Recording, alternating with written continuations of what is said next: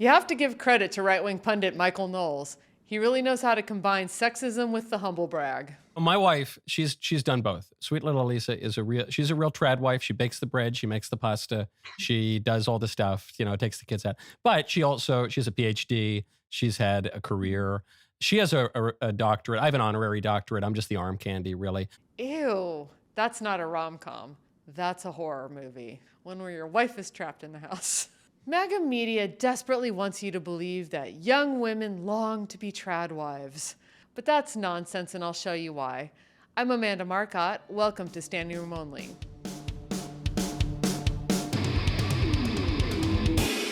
Fox News is riling up the MAGA grandmas again. These women love Hallmark movies. You know, the ones where some highfalutin career woman gets humiliated in the city, moves back to the burbs, and marries the boy next door? MAGA grandmas wish their own daughters and granddaughters would do that. Fox News promises them that they will. Well, more women in their 20s no longer want to be married to work. They're saying goodbye to the girl boss mentality of their millennial predecessors, and they are aspiring to be more traditional, or a tradwife. There's this entire generation of young women who really did learn from the mistakes of their predecessors. So what's going on here is every generation of women gets more independent. Boomers, then Gen X, then millennials. Every wave, they go to college more. They work more. They get married later. MAGA wants to believe all this will go away and things will turn back to a pre-feminist era. There is no evidence that Gen Z women are giving up on progress.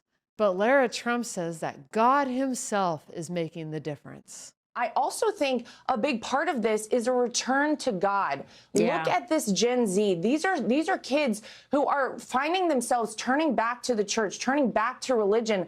God uniquely designed women with this incredible gift to carry life and create life within us. Despite what the Democrats would have you believe, we're the only ones who can do it. What is the rule at Fox News? We can't go 60 seconds without taking a dig at trans women. Jesus came down and said, "Stop the feminism." As we covered in a recent episode, Gen Z is not returning to religion. They are the least religious generation in the country. Also, Gen Z is way more queer than the rest of us. Sorry, Fox. And good for them. Because CNN interviewed some former tradwives. Their lives sound rough. You're literally so in your head the whole time, making sure that you're right, and there's so many rules to do, and the standard is so high, you're constantly working, that you're literally too busy to have thoughts outside of just keeping up with your life, with your obedience. You're literally performing obedience so much every day, there isn't room for you to start to be like, oh, and reflect. So where did Fox News get this ridiculous number saying that almost half of Gen Z women want to be tradwives? I looked into it.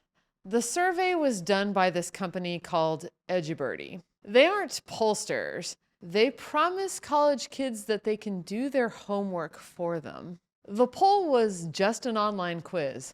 I took it, and I'm not Gen Z. But what's most ridiculous is that their definition of a tradwife just isn't a tradwife. Their questionnaire defined tradwife as happily married with kids, stable life, normal job. That's not a tradwife. That's just a wife. Or a husband, or a spouse if you're not into that gender thing. Let's not play dumb. When people say tradwife, they're talking about this whole fantasy where a woman quits her job and submits to her husband. She doesn't control her own money. Her whole life is her family, and she wears like prairie dresses or 50s housewife clothes. Fox News is playing a little game here. For so long, there was this feminist movement that tried to push and tell us that we should all just kind of put aside wanting to start a family. This isn't about locking women up in the home and saying, like, you can't go out and pursue things independently. This is about women continuing to work and having independent pursuits of their own, but it is about a focus on returning to family. She's saying this, and right underneath it, it says Gen Z women drawn to the traditional homemaker image. That is being locked up in the house and not having an independent job and an independent life. Traditional homemaker, we know what that means. This is a conversation I think is being had all over the country with young women. I don't think it's a rejection of wanting to have professional pursuits or pursuing their passion. I think it's about a reordering of timing, whereas the feminists were saying before, focus on your career. Remember Sheryl Sandberg telling people at graduations, put your foot on the pedal, go, go, go, go, go, and then do the marriage thing later. But that doesn't work with our female biology and our fertility. I love how it's like, I think young women everywhere are having this discussion.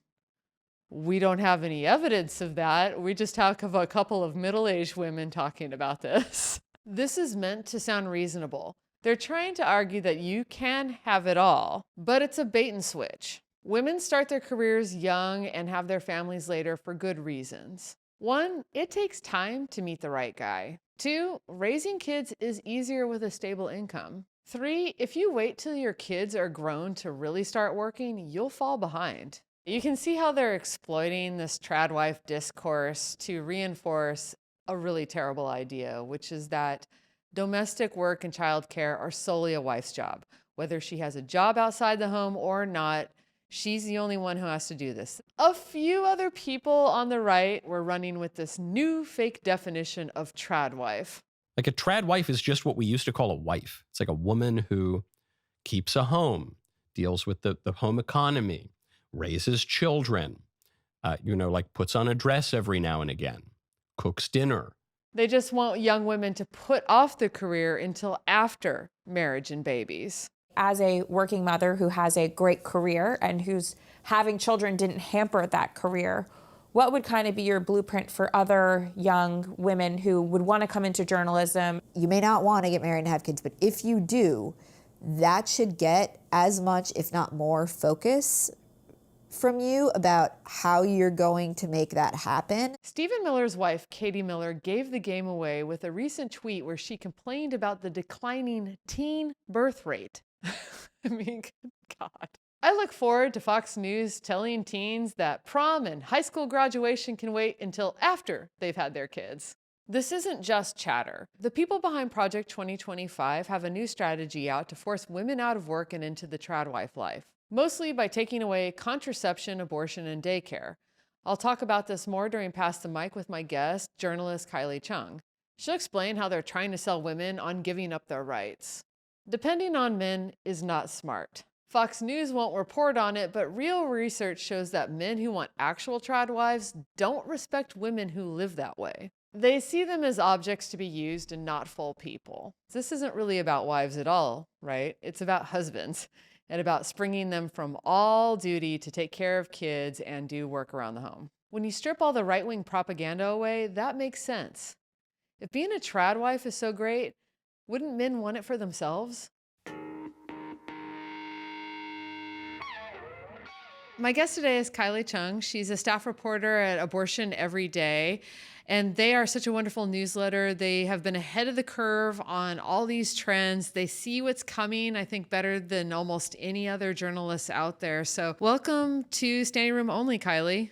Thank you. Thank you so much for having me. So you have an article that's coming out today that's about what you consider an astroturfing effort to convince young women to turn against contraception and to think that it's bad for them. Could you tell me a little bit more about what's going on with this article? I think the timing has been really interesting to watch. I'm sure you saw just last week, we saw Trump's Health and Human Services Department release these new guidelines for groups to receive Title X funding. And Title X is obviously the federal program that's supposed to fund birth control and family planning for low-income people. Those guidelines, interestingly, only have the word contraception once and place a lot of focus on quote-unquote natural family planning, and their proposed budget for 2027 literally eliminates the teen pregnancy prevention program. And, I think at the same time, something I've kind of been reporting on since 2022 is kind of this influx in content on TikTok and other social platforms from,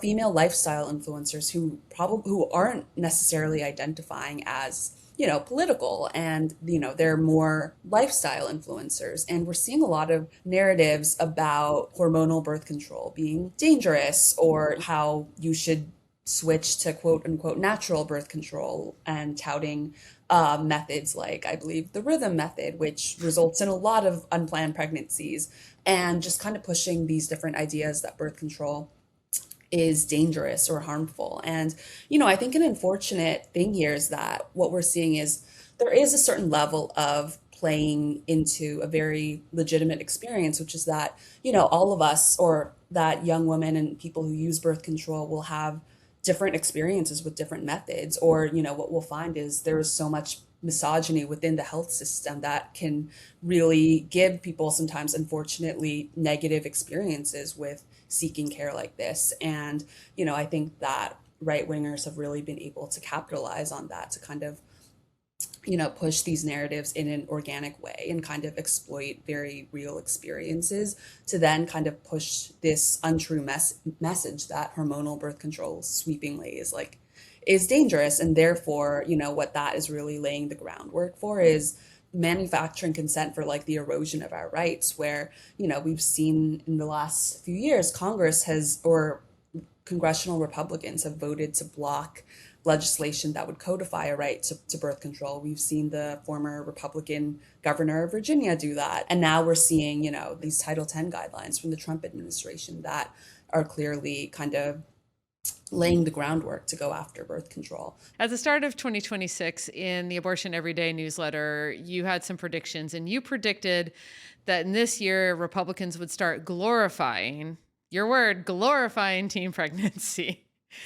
And unfortunately, I have a clip that shows that you were correct. We still have 3.6 million births a year, but the problem is teens and young adults. From ages 15 to 19, the fertility rate is down 7%, and it's down 70% over the last 2 decades, meaning we're telling people that are young not to have babies, to wait till they're in a more stable life situation, till they're more financially secure. Every couple is having, on average, 1.56 children in the United States. We need 2 or above to keep the population at the same amount. That half child must be kind of strange. Just kidding. Okay. I mean, I wouldn't joke about that with the Fox News audience. There's probably quite a few people that are like, how do you have half a child? Oh, that's such a crazy clip. No, jokes aside, I think this is important because you predicted this, and it's not just this Fox News clip. As you said, Katie Miller, Stephen Miller's wife, he's the White House Deputy Chief of Staff, and his wife has this podcast. She was on Twitter basically saying that it's bad that the teen pregnancy rate is down 72%. So how does it feel being so right about this prediction? I think part of why I had that prediction was, looking back last year, and I mean, some of this, it's all so terrible, but some of it genuinely will sound kind of comical. But it's like last year, it was around this time last year that you had RFK Jr. and he was fear-mongering about sperm motility among teenage boys. And that raised a lot of alarms for me. And it's genuinely funny, but it's very disturbing at the same time. Then I think, or last fall, we also saw efforts from congressional Republicans to also go after the teen pregnancy prevention program. I think, and then back in 2024 on the campaign trail, it seemed like, I'm sure you remember this, but almost every other day there was some podcast JD Vance had been on that was resurfaced, and it was him talking about women's fertility or fear mongering about the population, basically. I have an interesting question about this because you see a lot of stuff on right-wing media, either where they are romanticizing tradwives, explicitly aimed at young women, saying, don't you want to just give up working? Don't you just want to get married and stay at home? And then you see stuff like the Fox News clip that I centered in that article and in this video, which is really aimed more at an older audience and is trying to convince them that young people want to move in this direction. So I can't decide. Are they actually trying to convince young women, or is this just sort of some weird psyop on their older base? I don't know. Some of the loudest mouthpieces for, telling women to stay home or, have as many kids as possible, as early as possible, all of that.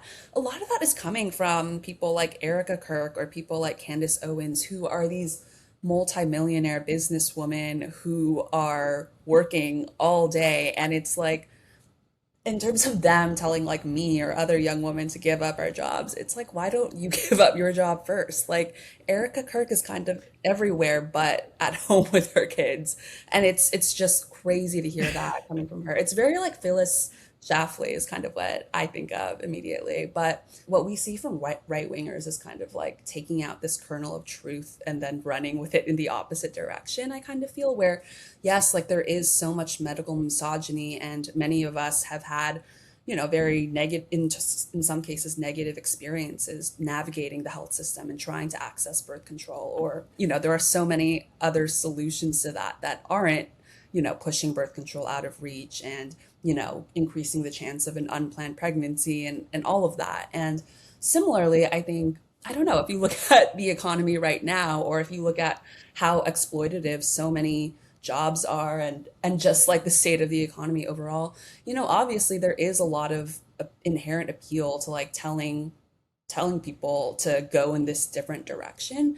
And yet at the same time, this is genuinely very confusing to me. And I think it just shows that all of this is rooted in misogyny and not any level of practicality at all. But it's that, where are these men that are supposed to come take care of? Like everyone's kind of broke right now. Like men and women are like, it's so rare that you'll see like a household where one person is working and the other isn't, because that's just not economically feasible. But they'll like, I don't know, you'll see all these TikToks and it will be these very wealthy like tradwife influencers who like, it's what I do in Jay, and it's them holding a baby and cooking and wearing designer clothing and all of these things. And it's because of so many situational factors, but that is just not possible for like the average like young woman who's scrolling and like watching these videos. And it's very interesting because, yeah, I mean, the fantasy of, you know, not being dependent on a job, or, you know, the fantasy of escaping this very exploitative economic system, it's obviously very real, but like what they're selling, it really doesn't exist. And that genuinely very much confuses me in some ways. So the next clip I want to show you gets back to your article about specifically the attacks on birth control and trying to make birth control, demonize it and make it seem bad. I'm sure you know about Alex Clark. She works for TPUSA, and she has been out there at the forefront of creating content, trying to scare Gen Z women into thinking birth control is dangerous. So I have a clip of her bragging about how effective she's been. Gen Z is ditching hormonal birth control.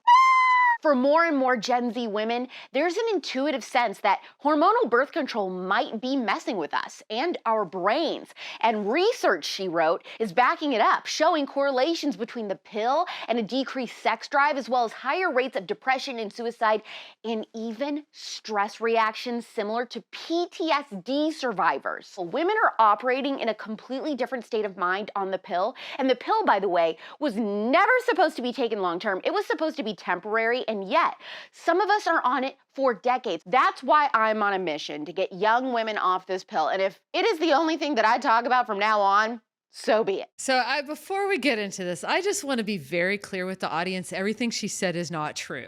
Yes, sometimes you take a pill and it's not the one for you, and you might have to reassess with your doctor, but the notion that it's causing PTSD or that it's not something that you can use long-term or that it's dangerous for long-term use is all just flat out untrue. So I just want to get that out there.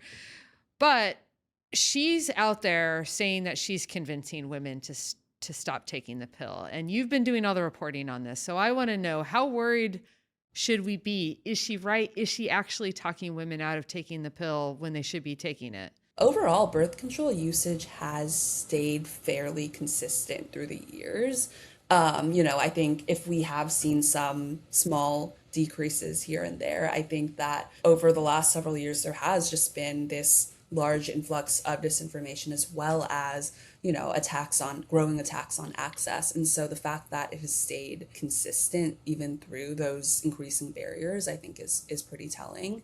Or another study that was from last year showed that extensive exposure to online content or disinformation about birth control create a self-fulfilling prophecy where people might start to perceive themselves as having more negative experiences based on what they're exposed to. And then that could lead to them deciding to change their decisions around that. All of that is kind of concerning. I think also the national memo had this great report speaking to clinicians about, online disinformation. And some of them revealed that, online disinformation has changed what a lot of these conversations with their patients look like, where they're starting from a place often of having to dispel or fact check a lot of disinformation. And I think we're all, like, we as a society are just very much navigating what to do about so much prevalent online disinformation all the time.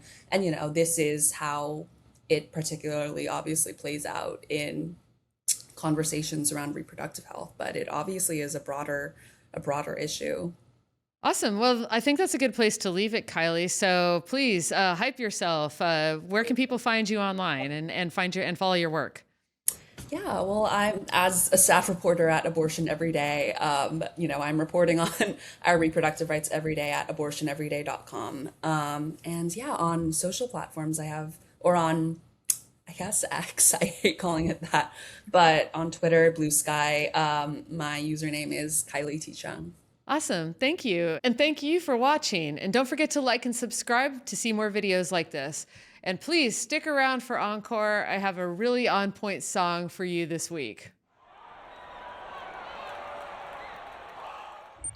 Hey folks, coming to you from Latchkey Records. That's my partner's record store here in Philadelphia. And the Encore song recommendation of the week is from the Romeo and Juliet soundtrack in 1996. This soundtrack rules. There's so many cool things on it, but the song I want to recommend to you today is Young Hearts Run Free by Kim Mazel. Now, Kim Mazel was known as the first lady of house music. She's been active as a diva in house music since 1986. Her version of this song on the soundtrack, when I saw the movie, when it came out in 1996, I was just blown away. It's this like crazy drag performance by Mercutio. It kind of showed how the movie interpreted the original play in ways that were nutty, but still pretty accurate to the spirit of the original play. But I don't want to talk about Shakespeare. I want to talk about Young Hearts Run Free. This song was originally a disco song by Candy Staton. I actually have that on 45 somewhere in this collection here. And it is truly one of my favorite disco songs, and again, a great house song. And it shows the DNA that led from disco to house. I think a lot of people think disco died in like 1980, but in reality, it just sort of turned into kind of every kind of dance music that we have now. Everything came out of disco. Every EDM, techno, house. And the original song is just such a classic example of what disco was great at, which is a wash that man right out of my hair song. The lyrics are kind of sad and depressing. They are a little bit like, love is worthless, don't even try it, young people avoid it. But it's sung with such joy and it's so fun that you can't help but feel this feminism in it that is saying, not necessarily like in its tone that no one should ever be in love, but more that you should cherish your freedom above all other things. And that spirit has gone through disco, through house, through all sorts of music since then. And I just really love this song. I love both versions of it. Candy Staton, Kim Mazel, Young Hearts Run Free. If you want more Standing Room Only episodes, please click the subscribe button below. Standing Room Only started as a newsletter, and it's free to read. Click the link to subscribe. I love tips. These political battles are playing out in your communities, your towns, your neighborhoods, your schools. If you have a story, please drop me a line or leave it in comments.